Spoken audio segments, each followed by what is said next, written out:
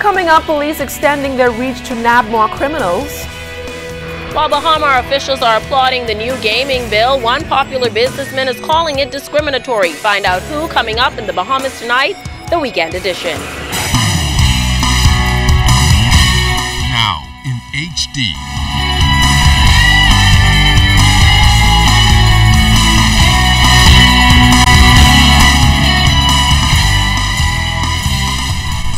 Network presents The Bahamas Tonight.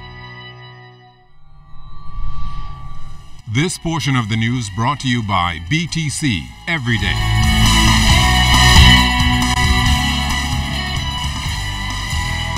Good evening, everyone. I'm LaDawn Davis, and welcome to the Bahamas Tonight Weekend Edition. Thanks so much for tuning in. Topping the news, police stepping up their presence on the streets of New Providence, seeking out prolific offenders and fighting to get firearms off the streets. Officers conducted an island-wide anti-crime operation that saw large contingents of police officers from the Uniform Division spread out across New Providence. Here's Assistant Commissioner of Police Leon Bethel.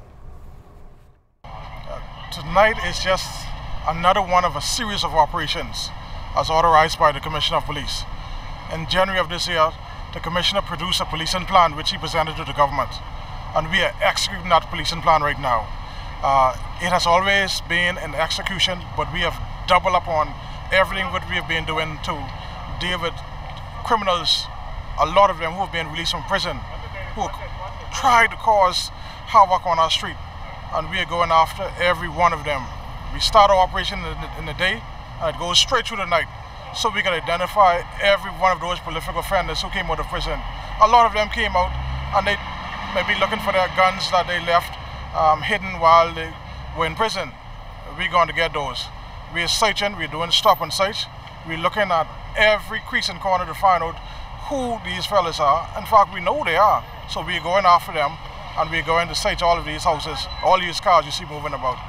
We're going to try to put them back in prison where they're supposed to be. They may come out again, but we're going to arrest them again and put them back, because we're going to dig until we find all the guns that they have in their possession. Over the years, the Pinewood Gardens community has been a hotspot for criminal activities. Just this year alone, several persons have lost their lives to senseless acts of violence, leaving some residents in fear. Many of them now feel more must be done to deter crime, and so to help bring about a solution, Area Member of Parliament Kaylis Roll and his team are now looking at a new intervention strategy to prevent youngsters from engaging in such activities. It's an initiative that will involve the entire community, and by rescuing this generation from what appears to be a culture of crime, Area Member of Parliament Kaylis Roll will implement a Big Brother, Big Sister program. It's an intervention strategy Roll believes will not only deter crime, but will bring about a positive change among at-risk young people. We've engaged quite a number of people from the community. Some that are retired. There's a lady that's retired, a former teacher, who has agreed to have a program where she is able to assist students with homework, and young men that don't know how to read or young women that don't know how to read. She wants to be actively involved in teaching them. So we see some positive things coming out of an exercise such as this. But contrary to that, Roll says getting Bahamians to remain committed to the program without receiving a fee would be a challenge. People don't have as much time as they should, and people want to be compensated for the time that they spend. And that has always been a barrier for us to get as many people as we want involved in community development. I've spoken to a couple of companies that are prepared to sponsor individuals that would be available on a regular basis to conduct programs. Now, we won't be able to compensate everyone. But to have full-time individuals that are there, that are working, that have an organized program, an organized presence, we certainly will have to find a way, because obviously many of them have families that they have to take care of. Meanwhile, Roll expects to officially implement the intervention program in about 3 to 4 weeks. He also plans to team up with the Ministry of Youth, Sports and Culture to establish a sporting program for the community. With crime a big issue in the capital, some of our family islands remain relatively calm with little criminal activities. Charles Fisher spoke with the police in charge of the Barry Islands, who is determined to keep it that way. Assistant Superintendent of Police Dennis Brown is the officer in charge of the Berry Islands. Officers here in the capital may call his job rather easy in the laid-back family island atmosphere, but vigilance is his watchword. Crime is at a minimal. Of course, you know, you're aware of the family islands and most of the islands, including Berry Islands, you know, crime very low. At times, you may have a break-in or a stealing. It's a minor matter, but they are quickly resolved by the police. That's due to the assistance of the community. Once they are aware of information and depend on your communication with them, they would bring information to you, and that is a help in terms of having crime resolved. With a population of more than 1,000 and several keys, ASP Brown team includes 7 officers, 3 also in Chubb Key. He praises the close-knit relationship between the community and police for keeping the island safe. We have keys such as Coco Key and Great Stirrup Key. You may be aware that as a tourist destination, we have cruise ships. At times, you may have in the amount of 3 cruise ships come to those keys per day, and a total of 4,000 tourists. And well, so far we haven't had much complaint in those areas. The police pay a visit to those keys regularly. We have a patrol boats, and we keep the people safe in those areas, man. There is a no-tolerance level on the island, with reports of would-be criminals and wanted persons using the family islands as a hideout. Brown says everyone is held accountable. We do on a daily basis, Fisher. We have the airport covered, we have the boat covered, and any stranger that comes off those planes that we don't know, we approach them. And you have to give us the reason for being on the island. If we are not satisfied, you're back on the plane, man. We got to keep the island safe. Good thing I was invited on the island. For the ZNS News Network, I'm Charles Fisher. The Royal Bahamas Defense Force confirming that a Bahamian fishing vessel was apprehended this week for fisheries violations. While on routine patrol on Wednesday, HMBS Arthur Dion Hanna seized a 70-foot Bahamian fishing vessel called Sky Blue with 3 people on board. The vessel was intercepted off Flamingo Key in the Ragged Island chain with an undetermined amount of undersized crawfish on board. Both the vessel and the occupants were brought into the Coral Harbor base this morning by Defense Force Marines and handed over to the appropriate authorities for further processing. Investigations are also underway to determine the immigration status of one of the occupants found on board the Bahamian fishing vessel. Businessman and attorney Tennyson Wells is giving the government a tongue lashing for its gaming bill tabled in Parliament this week, calling it discriminatory. Mr. Wells feels the controversial legislation seems to favor foreigners over Bahamians. Meantime, his accusations are not sitting well with the tourism minister, who has responsibility for gaming. Here's Sieska Adderley.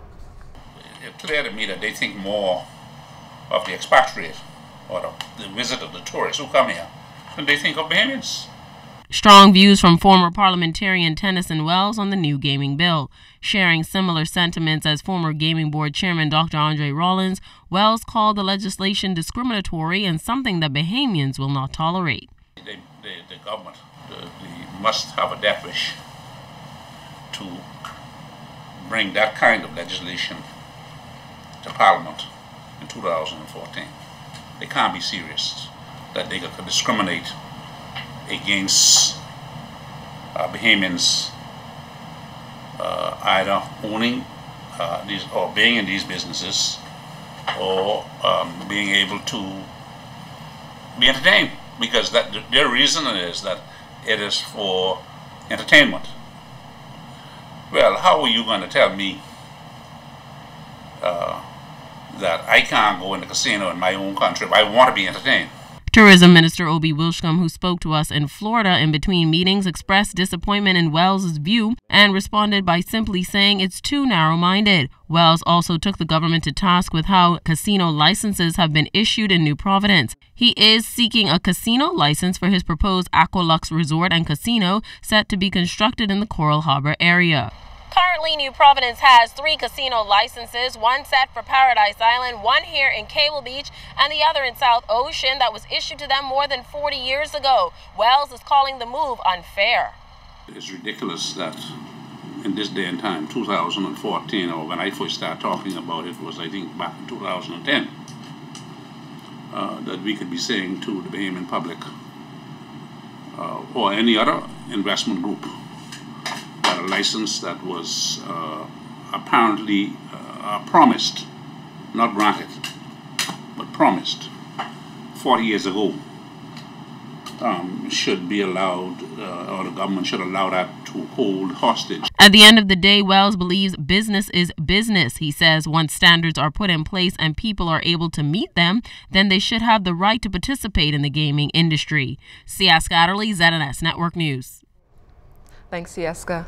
Former president of the Bahamas Bar Association and counsel for several web shop operators, attorney Wayne Monroe, says while his clients feel that some parts of the new gaming bill are discriminatory, they understand the challenges of doing business in a global climate. Government has been pressured to remove discrimination from the bill by allowing Bahamians the same rights as visitors to gambling casinos. Minister responsible for gaming, Obi Wilchcombe, said the new bill ultimately gives the minister the power to specify who can gamble in casinos, and legislation will be drawn up as a result. Attorney Monroe shares his clients' views. The clients I've spoken to look at it in this regard. It's discriminatory insofar as they're paying more for the same activity in taxes and fees than casinos do. But again, they're Bahamian and they have a vested interest in the success of this country. And the reality is, we formed the view that the government took that decision based on things like downgrading from Moody's, Standard & Poor's, responses from the IMF, and regardless of what people talk about sovereignty and not being beholden to large countries, the reality is that we are. And my client is a sufficiently savvy businessman to understand that the reality is that we are. And so they have to make the sacrifice. And when we come back, hear the story of a local physician battling sickle cell anemia and what you can do to support the cause. That story and more straight ahead.